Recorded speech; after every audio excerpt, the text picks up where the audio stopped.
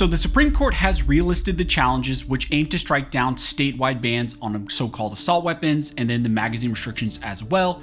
And this would be a huge decision that would change the landscape of rifle bans and magazine bans nationwide. So we need to talk about some of the interesting territory that these cases are now in because of all these relists.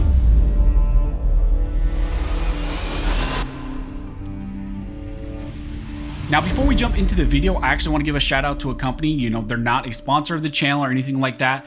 But I was able to get some of their products because, in personal life, I don't think a lot of you guys know this, but I recently had my first child, little baby girl. And because of that, I was interested in looking at some companies, to get some things, for the child and, some things that were a little bit more geared towards the things that I like, more tactical, I guess. But one of the companies I found was Tactical Baby Gear. And not to say that, it's super tactical or anything like that, but they just make a lot of, high quality products that I really enjoy using. I really enjoy their stroller. In fact, my wife loves their stroller and we use it all the time. They have high quality products that I really enjoy using. My child loves them. My wife loves them. And, we just use all the time. So I like to give promotion to companies that I think do good things in this space. I will leave links to them down below if you're interested. If I can find a coupon code or if I can get a coupon code from them, I will also leave that down below. And again, check them out because again, I think that they do great things. Now, as I mentioned in the intro, in this video, we're going to be talking about some very important developments in a couple cases which challenge various state bans on so-called assault weapons and then magazine restrictions as well. These critical cases we've talked about in the past, they're Snope versus Brown, and then also the Ocean State tactical case. We've been keeping our eyes on these two cases because the Supreme Court has now relisted the cases 15 times for conference. And most recently, they had a relist after a conference, and the recent relist is for May 22nd. And that pushes the number up to a point where something is likely going on, and something more is probably going on than just a simple dissent in denial of these cases. This high number of relists plus the court's term ending really soon, late June, early July, means that these cases are more intriguing than ever and probably something else is going on more than just a denial.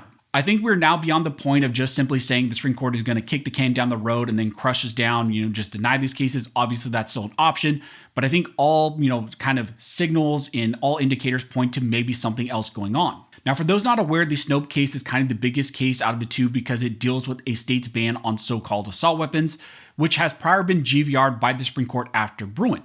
This case involves a state of Maryland, ban and the state law defining certain firearms as so-called assault weapons and therefore restricting their access to the residents. This rifle ban was challenged in a Maryland federal district court. However, the case was then dismissed by the lower court because there was already a case on the books and there was some precedent there in Maryland where a prior court had already found that this did not violate the Second Amendment. Now, that prior case was called Colby and it was ruled on prior by the Fourth Circuit en banc panel. This case, Snope conceded that Colby was the controlling precedent in the Fourth Circuit, but they said it was incorrect and should be reversed.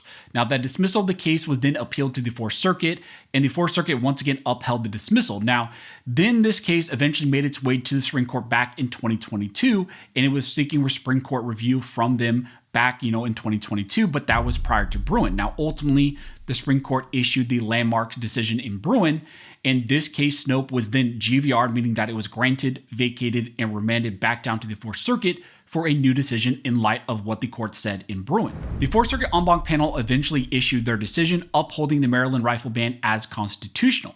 Now, in that decision, the Fourth Circuit upheld the state's ban using the incorrect military use test. Essentially, the Fourth Circuit en banc panel believed that AR-15s are useful in military service, that they are militaristic weapons, and therefore a state could outright ban them. And as a result of that horrible decision, the Snope case has once again made its way to the Supreme Court, and they're seeking for the Supreme Court to intervene and strike down this state rifle ban. Now, the Snope case was originally set for Supreme Court conference back on December 13th of last year, but then the court issued a preemptive reschedule of this case. It was then relisted multiple times, and now it's been relisted 15 times, and now most recently the conference has been set for May 22nd. Now, the other case that has trailed all along with this Snope case is the Ocean State tactical case. And in that case, the plaintiffs challenged the state's magazine ban and a lower court's denial of a preliminary injunction.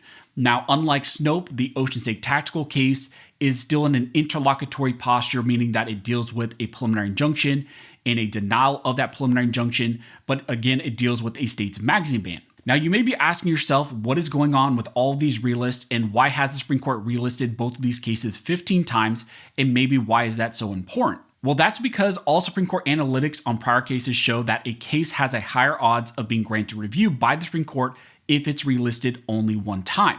But also the data shows that multiple relists, like what's happening here in the Snope and Ocean State tactical case, often indicates that the case is going to be denied review. However, there is also some interesting information and data that shows that there's kind of a breaking point where a high number of relists no longer indicates that there is going to be a denial, but instead maybe there is heightened interest in a case. A high number of relists, like the 15 times in these two cases, sometimes occurs in very high profile and controversial cases and often can indicate that the Supreme Court is going to grant review. For example, the Dobbs abortion case was relisted 12 times before we got any official notice on the docket that the Supreme Court had granted review to that case.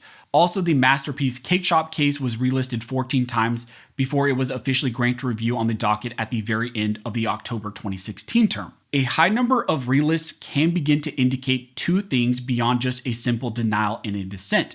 It can mean that one, that the justices voted to grant the petition and resolve the case summarily, maybe through something like a per curiam opinion, so the petition gets relisted on the docket until the unsigned majority opinion finally actually is filed and is made aware to everybody. The second option is that the justices voted to grant the petition and are deliberately kind of delaying, and they're making the decision to not make that public, perhaps to put the case out until the next term, and they're just kind of waiting to post and ghost at the very end of their term and kind of let everybody freak out during the recess so they don't really have to deal with it.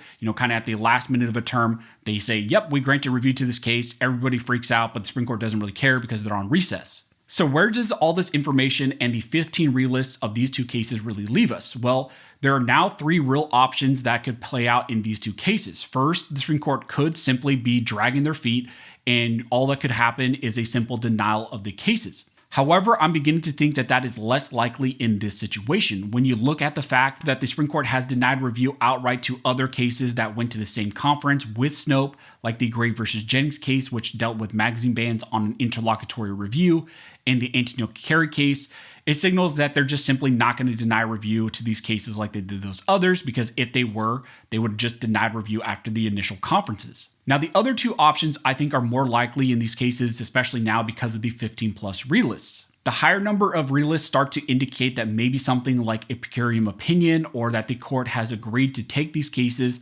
but is simply just trying to time it and grant review at the very last minute, maybe at a cleanup conference. The per curiam option would be interesting because the high number of relists would simply mean that they are, kind of using them as a placeholder on the docket before they officially file and, write out that opinion and announce it to everyone.